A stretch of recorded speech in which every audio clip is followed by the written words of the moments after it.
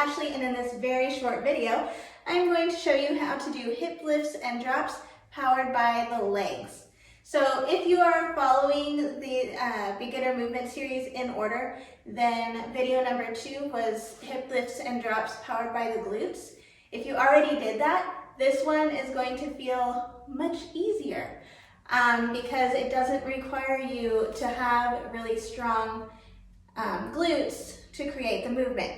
Instead, we are creating the up and down movement of our hips with our legs. So where before we were trying to hold something in between our knees to stop the movement from being created by the legs, now we're going to let that happen. So we're going to go ahead and still start in that same position, feet together, knees bent. Still need the knees bent to be able to create a lift.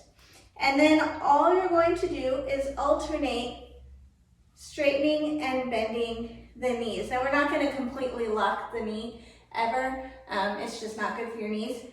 But you'll alternate bending and straightening. As you straighten the leg, it'll push the hip up.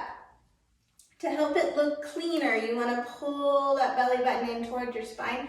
Pull in your transverse abdominis, extend the rib cage so that you have a lot of room here for your hips to go up and down. You can also do this faster to create a tension shimmy. Yes, good job. That is how you do hip lifts and drops powered by the legs.